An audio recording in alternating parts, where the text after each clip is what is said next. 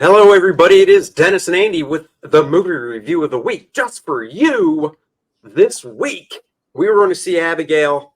That was the review, but uh, I called an audible. I sent Dennis a message yesterday saying, "Look at this. It's out. We've seen the trailer," and he's like, "Let's do it." So we saw Sasquatch Sunset last night. Yeah, Sasquatch. Say that 4 times, 5 times fast. What is Sasquatch Sunset about, Dennis? well, this is about a single year in the life of a very unique family, a family of Sasquatches. And it captures their daily life and with a level of detail and rigor that just is simply unforgettable. I tell you what, one, the makeup was so good that all I could think of is this is how Planet of the Apes should be done and not a bunch of CG generated gorillas and apes. So that's one. Two, the only person I knew actor wise going into this was Jesse Eisenberg. Now, the makeup is so good, it took a while to figure out which one was Jesse Eisenberg. Um, the surprise to me, and I'm going to mispronounce her last name, I looked it up after we saw it, and I texted Dennis last night, was Riley Keough, Cool. whatever. And if you're like, so what? Who's that chick? She is the daughter of Lisa Marie Presley, and she plays the female ape. And the funny thing is, like Dennis said, they really wanted to not put out a joke of a movie. This is a serious movie. You do laugh at times, but it is serious. They grunt. There is no dialogue throughout the whole movie. In fact, we were the only 3 people in the theater. My lovely mom likes to call me every night to see how my day was and wish me a good night. She called during the movie since it was just the 3 of us and there was no dialogue. I answered it, talked to mom for a few, hung up. But the nice thing is for the female Sasquatch, because they're taking this in a very, very serious tone, they didn't do the thing where it's like, oh, she's a female, her face should be softer. Oh no. If you just looked at the faces of all the Sasquatches lined up, you just think they were all dudes. At least I would. I didn't think anything in her face was female. No. And so one of the strengths of this movie is, the filming of it, the scenery, the prosthetics that they used. I thought they were quite good. It was enjoyable to see without, like you said, all the CG stuff. It is interesting because you literally go through the life of the Sasquatch, what happens in a year. And, there's some highs and their lows, and, it's a lot of their daily routine, in a way, it kind of reminded me of the Star Wars sequel trilogy, where it's sitting around talking while these guys are eating all the time.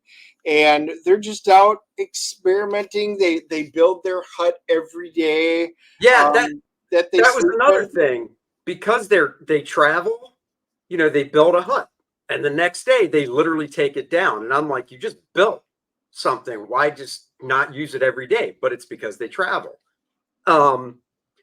So they did. You saw that a few times. You saw them trying different foods to eat and reactions. We're not doing a spoiler part of this.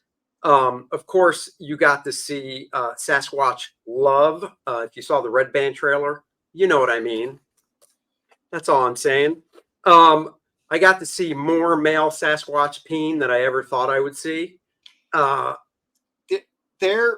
This reminded me a lot of, if you took 2001: A Space Odyssey, the opening scene, and combined it with Benny Hill, if they would have had some of the music, the do do do do do do do do do do do, and having them running around, that's really what some of this reminded me of.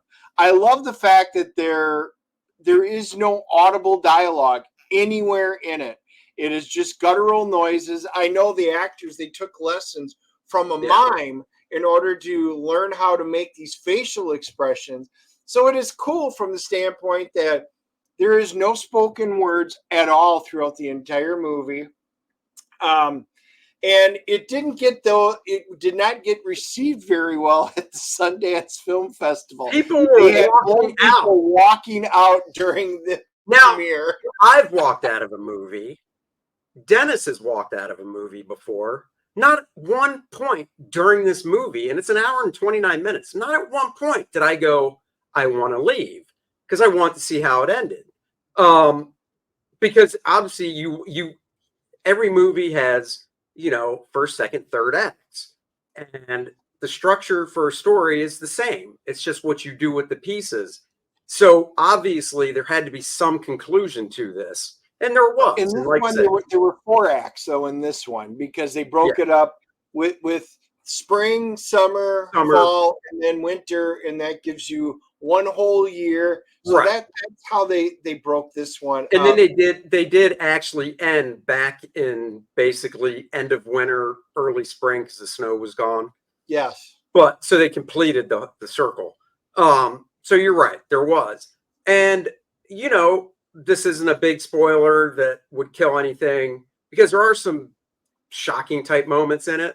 But the movie starts with a little, and that is the hand gesture the male ape uses when he wants to do it.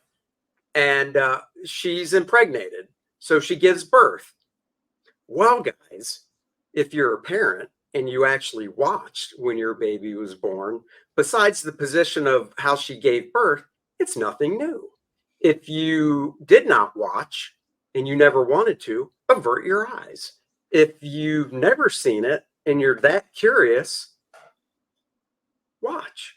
There were a lot of dick jokes in this. There were a lot of sex jokes and innuendo in it. Right, and that's what it was. So there's some graphic scenes, where some gross things happen besides flinging poo, and let's just say run-ins with wildlife and stuff like that. There's a reason why it's rated R. There were movies to me and parts in this movie where things really worked. There were some funny parts. It is considered an action adventure comedy. And there was comedy because it was slapstick comedy, and there were some parts where we laughed out loud. There were other parts you're just sitting there going, wow, this is really dragging on. And there's a few shocking moments, in it. But I think while there was some good parts, there was also equal number of really not good parts. And I was sitting there going, this would have been a much better film if they would have turned it into a mockumentary about Sasquatches, and say it would have been Morgan Freeman or... you mean a voice, just no actors, but just a voiceover? Yes. So think of Morgan Freeman as the voiceover. Today in the life of Sasquatch. Right. Yeah. You see them walking right over. I actually think it would have made it the mockumentary version would have really filled in some of this and would have been a better movie. It was different. I mean, when the movie ended, we both looked at each other and went, I don't know how I feel about this film, because I'm torn. And honestly, even as we're recording, it's got good things. It's got not good things. It's got some pretty bad things in it. There are things that were like, whoa, shocking. And other things like, wow, right in there. I would have never got up and walked out of the movie for it. I mean, it's not that bad. It's like a train wreck where you're like, I got to see how this ends. Yeah. I got to see how this ends. All right, Dennis, score it. Oh, wait, it's my turn. No, wait, it's your turn. I am going to give this one a 5-5. I was kind of, like I said, there were parts that I really enjoyed and I thought were incredibly creative. I'm glad, let me put it this way. I am glad this movie was made because it is very unique. It is definitely an independent Sundance film. And it is cool. They really went out on it. Nathan Zellner plays the big one. He's also the director, which I thought was pretty funny. It really had some funny parts to it and some very interesting parts when you think about their interaction with wilderness. And I know they tried to put in some themes about, what man is doing to wildlife and stuff. I like I said, it hit on some things and missed on other ones. I'm glad I saw it. This will not be something I ever go out and buy or probably watch again. Oh, bullshit. You're going to get it on 4K just so you can zoom in on the. Yeah. Anyhow, I'm right there with Dennis. I'm going to give it a 5.5 as well. I Wow. already told you during the review part what I thought of it. It's just getting a 5.5. Do I regret seeing it in the big screen? No. If I knew about it going in, I probably would have just waited for TV. It's not like you have to see it on the big screen, except for the epic long shots of the environment are very well done and very nice. It hasn't even broke the $800,000 mark in the theaters. And I did try to look up what the budget of this was, and it's not anywhere out in the interweb. So if you guys, after watching this, can find it, leave it down in there. We're just kind of curious what this costs to film. If anybody can find it, it is what it is. We pulled a 90-degree. We wanted to see it. It just looked different. Glad we saw it, but I'm good with that. All right, reviewers, what are audience? IMDb is giving it a 6.0, so we are not too far from that. And Rotten Tomatoes, the critics are giving it a 71%. Critics think it's pretty good. Critics love this shit. It'll get nominated for an award. Well, it actually, for special effects, makeup, it could. Yeah, like I said, the special effects were really good. The audience, 31%. And as I'm going down, just kind of looking, there are a lot of 0.5 stars in there. Nice. Reviews. Audience, and I'm looking through them, some of them now, they either loved it and said this was a masterpiece, or they hated it and said this was just utter trash. So it apparently had the same effect as it did during the film festival. So Sundance got it right. You know what is a 10-star? Kor-Drath, The Awakening. That's right, the new campaign from Dennis and I. The hit follow-up to Kor-Drath, The Reckoning. Kor-Drath, The Awakening. We now know the big bad is Vordoom, the Undying, and we now know what he's after.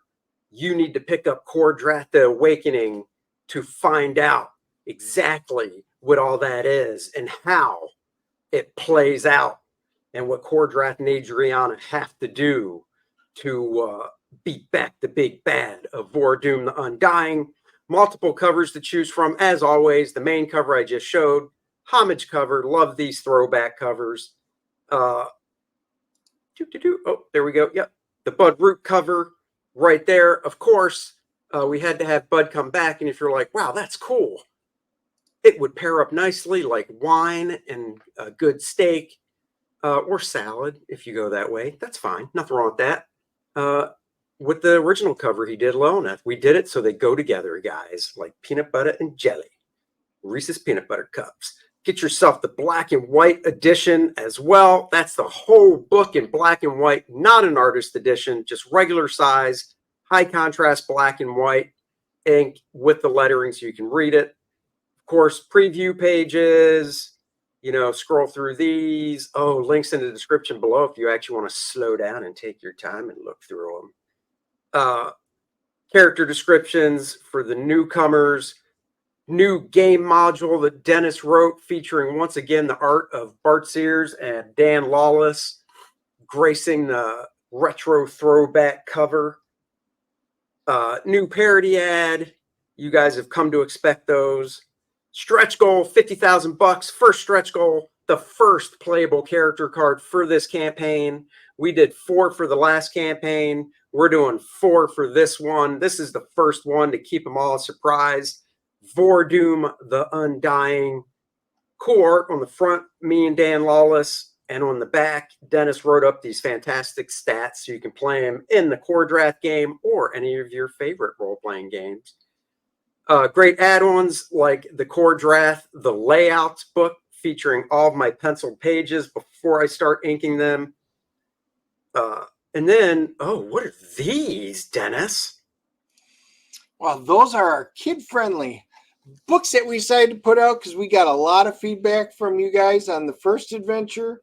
And you guys are like, love the story, really want something that my kids can take to school. So we made a E for Everyone version of it. And if your kids like manga, we have a manga style. And if you kids like full color, we've got the full color digest version. Easy to pack along. Kids can take it on vacation and read Kor-Drath while they're in the car. Nice.